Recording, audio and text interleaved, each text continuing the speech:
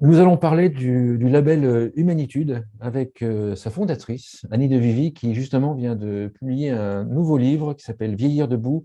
Il relève le défi. Bonjour Annie.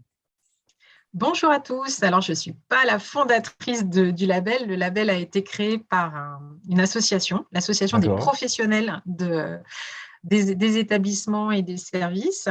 Et moi, je suis la fondatrice d'agevillage.com et je coordonne les formations Humanitude. Donc, je fais aussi partie de l'association en De question. l'aventure, d'accord. Ouais.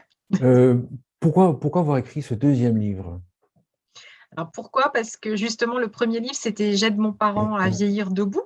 Ouais. C'était un livre pratique pour les aidants, pour les proches aidants, en leur mettant en avant l'ensemble des possibilités, des pistes qui peuvent exister pour accompagner son proche.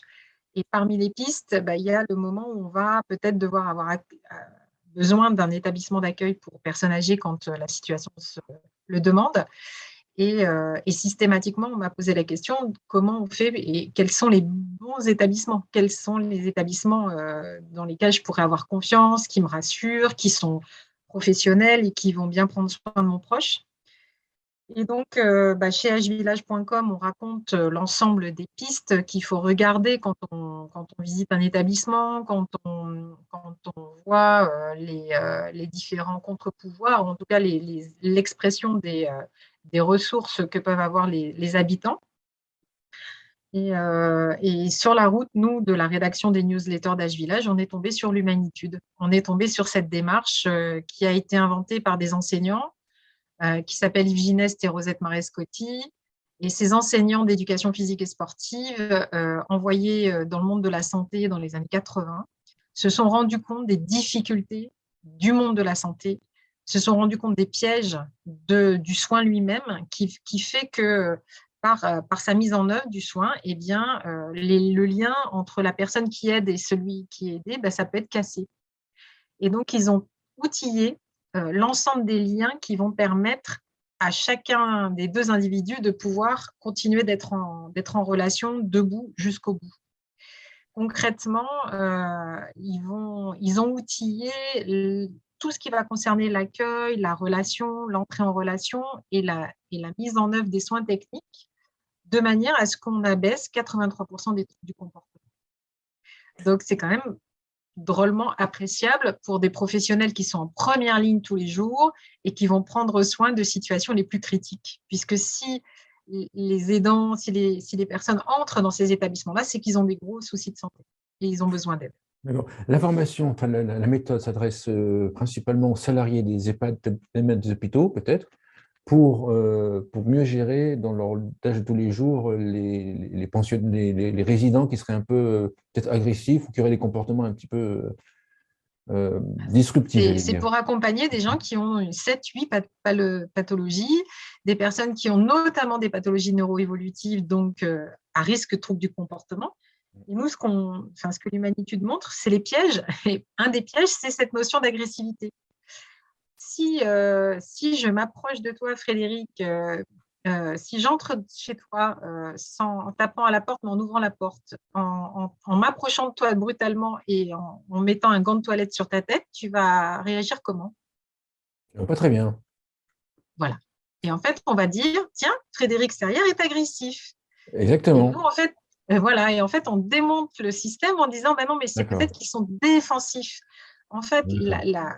la maladie va empêcher le cerveau de pouvoir décoder l'ensemble des approches que nous, plus cognitivement dotés, on décode. C'est-à-dire quand on va chez le médecin, quand on va chez le dentiste, on sait ce qui va arriver, on sait ce qui va se passer, on sait que ça ne va pas durer et que ça va bien et que c'est pour notre bien.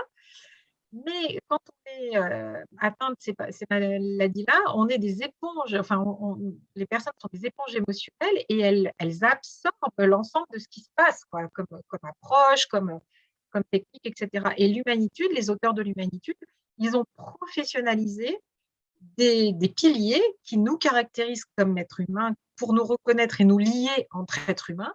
Et ces piliers, c'est les regards, les paroles, les touchers, l'aide à la verticalité. C'est ça qu'ils ont professionnalisé pour que le professionnel et l'environnement mettent en œuvre des liens positifs qui va faire que celui qui est aidé va se sentir en lien, accueilli, écouté et entendu au point qu'il va pouvoir ne pas avoir de gestes défensifs et voire même participer aux soins et se redresser et repartir dans ses projets. Ça change tout. Ça change tout. C'est des pièges terribles que nous tendent la maladie et que nous tendent l'environnement du soin, en fait. Si on prend l'exemple de la personne qui rentre dans ma chambre, qui met Ton gant de toilette dans la devant toi, figure, quoi. donc ça, c'est sans méthode humanitude. Avec la méthode, ça donnerait quoi? Alors, avec la méthode, déjà, on va taper à la porte et on va attendre ta réponse 3 fois. On va recommencer 3 fois en attendant 3 secondes. On va vraiment te prévenir. C'est-à-dire, le fait de taper et d'attendre, c'est pour te prévenir que tu vas être en relation avec quelque chose. Il va se passer quelque chose. Et après, une fois qu'on a fait ces pré-préliminaires, on va s'approcher de toi et on va d'abord capter ton regard. On va d'abord avoir un regard en humanitude qui est un regard axial, long, proche et horizontal. Conclusion, on va te capter pour que tu vois bien qu'il y a quelqu'un en face de toi et que cette personne, elle va commencer à parler en disant bonjour, je m'appelle Annie, bonjour Frédéric, je m'appelle Annie ou Monsieur Serrière parce qu'on ne se connaît pas peut-être. Et je m'appelle Annie, je suis étudiante, je suis là pour venir t'aider à te réveiller, à faire ta toilette. Et donc, on va commencer la toilette. Et donc, en fait, tu vois ce que je veux dire? On prend quelques secondes liées aux préliminaires qui vont apaiser l'entrée en relation et le risque de troubles du comportement. Et nos formations actions, elles montrent qu'en quelques jours, on apprend ça et en quelques jours, on témoigne du fait que, et là tu le verras, c'est au milieu du livre, je fais carrément des tableaux de pratique, c'est-à-dire que je présente l'ensemble de la démarche de formation, jour 1, jour 2, jour 3, jour 4, et tu suis le parcours de personnes.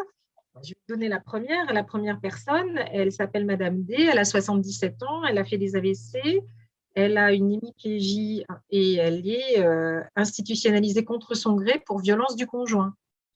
Et elle aime regarder la télévision, elle aime les sodas, mais elle refuse souvent les soins, elle frappe les professionnels et parfois les habitants. Et ça, c'est le tableau que nos formateurs vont découvrir avec l'équipe en place. L'équipe en place, tous les jours, elle va prendre soin de cette dame. Tous les jours, elle fait de son mieux avec la meilleure volonté du monde, avec les techniques qu'on lui a enseignées à l'école. Et conclusion, voilà, elle refuse le soin, elle frappe les personnes. On va donc outiller les professionnels avec ces techniques. On va voir la mise en œuvre de ces techniques en plusieurs jours de suite. Et à la fin, on peut constater qu'elle nous accueille en souriant, elle réalise sa toilette intime seule et elle augmente son temps de verticalité avec 2 secondes. D'accord. En fait, on constate les effets tout de suite. En fait, ce que vous leur apprenez, c'est des automatismes. Là, je parle des salariés, des automatismes. Des savoir-faire, des outils. À ce moment-là, si je te dis que ça prend plus de temps, enfin que ça va leur demander plus de temps, tu me réponds quoi? D'appliquer votre méthode? Je réponds que… frapper, etc., ça prendrait plus de temps. Bon, j'exagère un peu, mais tu vois la logique. Mais en fait, c'est exactement ça le piège. Un des pièges, c'est de penser que ça va prendre plus de temps. Et donc, le fait qu'on pense que que les outils vont être longs à mettre en œuvre, ça peut s'arrêter, donc on peut ne pas le faire, etc. Or, aujourd'hui, le fait de ne pas faire tous ces outils, pas faire tous ces actes, ça entraîne des troubles du comportement qui entraînent de l'épuisement professionnel, qui entraînent un mal-être, etc., etc. Nous, ce que l'on montre, et tu vois dans le tableau des pratiques, c'est que le dernier jour de nos pratiques, on les fait dans les temps impartis par la structure. D'accord. Le temps de l'apprentissage. On ne piège pas les professionnels. Voilà, on ne piège pas les professionnels à leur donner comme ça des tas d'outils, des tas de savoir-faire, des tas de savoir-être qu'ils ne pourraient pas déployer dans leur structure. Vraiment, c'est enseigner en situation réelle de travail. Ça, c'est la première chose. Et la deuxième chose, c'est que une fois qu'on t'a appris ça, oui, il faut du temps pour l'apprendre, pour l'ancrer en toi, pour que ça devienne un automatisme. Donc, tu as raison, ça prend du temps d'apprentissage.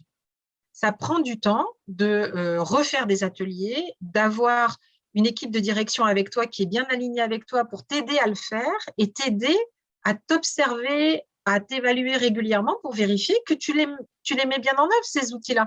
Parce que parfois, tu vas ne pas le faire sans t'en rendre compte, parce que tu vas repartir dans tes automatismes, tes anciens automatismes. Donc c'est ça qu'on a aussi compris via le label Humanitude ou via la démarche, c'est qu'il fallait non seulement monter en compétence les professionnels, mais il faut aussi outiller tout le pilotage de la démarche et engager la direction à venir soutenir leurs équipes pour qu'elles puissent avoir le temps d'avoir des ateliers de révision, d'avoir des observations, de manière à ce que ça devienne un automatisme beaucoup plus facile. En tout cas, les établissements labellisés tels que je les décris là, puisque je suis allée faire le portrait des 10 premiers, donc tu as des établissements publics, privés, associatifs, des établissements de toute taille, des établissements dans toutes les régions qui ont des caractéristiques qui correspondent bien à la moyenne des établissements aujourd'hui. Donc, on peut y arriver, c'est ça que je veux dire. Si je suis directeur d'EHPAD, comment est-ce que tu me convaincs qu'il faut aller dans cette démarche en fait? Quels sont mes bénéfices à moi? Alors, les bénéfices sont de 3 ordres. Le premier bénéfice, c'est qu'on va outiller ta démarche qualité. C'est-à-dire aujourd'hui, on a beaucoup de doutes, on a beaucoup de textes de référence, on a beaucoup de recommandations, on a beaucoup de repères éthiques, mais il nous manque le comment. Il nous manque OK, j'ai tout ça à faire, j'ai tout ça à correspondre, mais comment je fais? Par quel bout je le prends? Quelle première marche je monte, etc. Sachant que moi, mes équipes, elles sont toujours épuisées. Elles me disent tous les jours à quel point elles sont fatiguées. Et parfois, moi, en tant que directeur, je n'ai pas conscience de la violence que c'est de vivre ces soins compliqués tous les jours. Et là, avec cette démarche-là, nous, on va emmener la direction vers ce rêve. Le respect des grands principes de l'humanitude, il y en a 5 à respecter. Ils sont objectivés par des centaines de critères derrière. Et donc, on va t'aider à faire une photo de la maison à l'instant T, au démarrage. Et puis, petit à petit, l'établissement va refaire des photos pour grandir en fonction justement des formations de son personnel au fur et à mesure. Et c'est possible, il va y arriver. Donc ça, la première chose, c'est qu'on va outiller la direction, tu vois, on va l'outiller dans sa démarche. La deuxième chose, c'est qu'on va lui montrer qu'on peut changer l'ambiance de la maison, changer les risques de troubles, tu vois, les risques d'images négatives, les personnes qui veulent s'en aller, tu vois, les ambiances compliquées qu'il y a à l'intérieur. Ça, on va pouvoir le changer assez vite et il va le voir lui-même au fur et à mesure des stages. Et la troisième chose qui va changer et qui a un bénéfice très important, c'est la qualité de vie au travail. Les établissements qui travaillent avec nous au long cours, qui déploient au long cours, qui s'investissent, etc., ils témoignent de beaucoup moins d'absentéisme, beaucoup moins d'accidents de travail.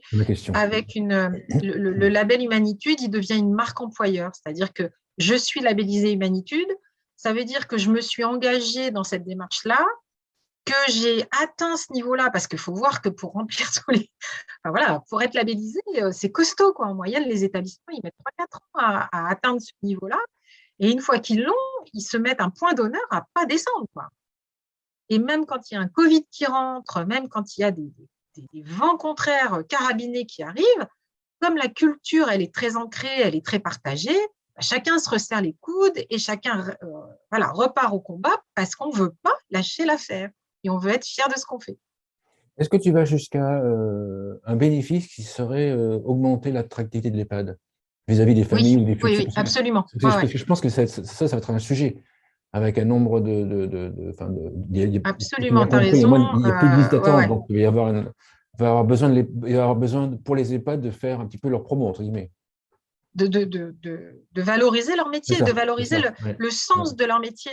On a besoin des EHPAD. On a absolument besoin d'établissements qui accueillent des situations très critiques et qui font que… Alors, est-ce qu'on a besoin des EHPAD sous leur forme aujourd'hui ou sous d'autres formes d'habitat, etc. Ça, c'est possible, hein, tout est possible. La seule chose, c'est qu'on a besoin d'un niveau de professionnalisme requis qui est encore aujourd'hui insuffisant, qui n'est pas suffisamment outillé, pas suffisamment ancré, pas suffisamment défendu, à la fois par tout le niveau de la société. On a encore… Ça fait partie des pièges, ça, de penser qu'accompagner quelqu'un qui est âgé, si vous êtes quelqu'un de bonne volonté, si vous avez déjà accompagné quelqu'un d'âgé dans votre famille, c'est bon, vous êtes compétent pour le faire. Ce n'est pas vrai du tout. Le niveau de professionnalisme requis, ne serait-ce qu'avec, enfin, nous, dans le domaine qu'on connaît bien avec les techniques humanitudes, apprendre 150 techniques, ça ne se fait pas en C'est deux long, bien claquements sûr, de bien doigts, sûr, hein. bien sûr. Derrière, les équipes, elles forment des référents. Les référents, ils accompagnent, ils font du compagnonnage, ils font les ateliers, ils font les évaluations. Je veux dire, c'est un niveau de professionnalisme qui est bien supérieur à celui qu'on s'autorise à penser encore aujourd'hui, mais c'est un niveau de professionnalisme qui n'est pas infaisable, puisque les labellisés aujourd'hui nous le montrent. Si je suis directeur, il y a une question qui va me venir en t'écoutant, c'est bon, ça prend du temps pour enseigner puis pratiquer correctement les 150 techniques et autres, etc. Alors que la rotation de mes salariés est importante. Des salariés Alors en qui fait, partent, ça des salariés prend. qui reviennent. Comment est-ce que tu gères ça par rapport à la durée? Cette notion du temps, elle est piégeuse, tu vois, parce que dès le début des formations actions, comme on améliore tout de suite l'accompagnement déjà de 9 personnes pendant nos stages de formation action, en fait, l'amélioration du prendre soin, elle se fait très, très vite. Elle se fait vite dans le temps. Très vite, les équipes apprennent à mieux et à savoir entrer en relation, éviter les troubles du comportement, qui fait que la mise en œuvre de l'humanitude va se faire progressivement, mais elle va être visible et très vite. Les bénéfices pour les équipes, les bénéfices pour les habitants, ils vont se voir vite. C'est pour ça que c'est motivant. Sinon, si on attendait d'avoir formé tout le monde, d'attendre que tout le monde soit OK pour avancer, On n'arrivera pas, c'est c'était ma totalement question. déceptif. Oui, tu vois, c'est compliqué. Non, non, l'humanitude va vite se voir, vite s'ancrer dans les structures, mais pour qu'elle se pérennise et que ça devienne dans l'ADN de la structure, là, ça va demander de renforcer le pilotage. Donc, en effet, il y aura des équipes qui vont changer. Il y a des personnes qui vont partir, d'autres qui vont arriver. Et ben, c'est dans l'ADN maintenant. Quand les nouveaux arrivent, bim, hop, automatiquement, D'accord. atelier, apprentissage, formation, évaluation, et ça part comme ça. Tu vois le truc? Est-ce que, sans se poser la question, est-ce que je peux former mon personnel sans avoir besoin du label, ou est-ce que les Oui, deux sont liés? non, non, non, c'est complètement indépendant. Il se trouve que le label, c'est quelque chose qui est venu en réfléchissant à la manière de pérenniser la démarche, en fait. D'accord. Grâce à cette réflexion sur la labellisation, nous, au niveau de nos organismes de formation et au niveau de notre démarche de formation, on a souhaité outiller tous nos clients du référentiel Humanitude. Tous. Qu'ils aillent au label ou pas, on leur met le pied à l'étrier, on leur donne accès à ce référentiel qualité, qui est un référentiel qui est mis sur une plateforme qui te permet de gérer ta démarche qualité. Enfin, vraiment, c'est un truc très qualitatif pour que tous les établissements qu'on accompagne, ils aient cet outil-là. Après, s'ils ont envie du label, tant mieux. En 2022, combien d'établissements ont été formés et labellisés ou labellisés? On a plus de 800 établissements dans lesquels on est intervenu. Ah oui, d'accord. Et il y en a 800, presque deux. ça fait 10%, ça fait plus de 10% Ouais, des un EHPAD. peu plus de 10% des EHPAD aujourd'hui qui a souhaité commencer, ou en tout cas former son personnel à l'humanitude. Il y en a un peu plus de 150 qui se sont vraiment engagés vers le label. Donc là, cette fois-ci, qui ont décidé de vraiment afficher qu'ils voulaient le label humanitude. Et il y en a 26 qui sont labellisés. Euh, Donc, oui, on sait que sur les territoires, il y a des gens à visiter. Et ça, c'est aussi un avantage quand tu me parlais du directeur. Souvent, les établissements sont seuls. Tu vois, ils ont le sentiment d'être quand même assez écrasés par bien sûr, toutes les j'imagine. contraintes. Et là, ils ont aujourd'hui sur leur territoire des pairs, enfin des collègues qui peuvent aller visiter pour discuter de la façon dont ça se passe. Ça marche. Une conclusion à l'émission? Et ben, la conclusion, c'est que des démarches comme celle-là, comme le label, puissent monter dans la hiérarchie des priorités, et que nous, en tout cas, on a trois demandes, trois rêves. Le premier rêve, c'est que les enseignements de l'humanitude puissent être dispensés dès les formations initiales pour éviter de reformer, voire déformer les professionnels qui rentrent. Ça serait un temps fou de gagner, puis une énergie incroyable de devoir, tu vois, faire passer des messages un peu contraires. Donc ça, la formation initiale. La reconnaissance par les pouvoirs publics, ce serait génial que la Haute Autorité de Santé elle puisse reconnaître ce label. Et puis, des modes de financement qui reconnaissent tous ces établissements qui font faire de belles économies à la société, parce que avoir des établissements qui envoient moins leurs habitants à l'hôpital, qui font moins de médicaments, qui font moins d'absentéisme, Moins d'absentéisme, moins d'arrêt de travail, bien pour la Sécu, etc. voilà, c'est positif. Super, merci Annie. Annie Vivi, je rappelle, merci d'avoir parlé du label Humanitude et je rappelle le titre de ton dernier livre, Vivre debout, il relève le défi. Merci beaucoup. Merci.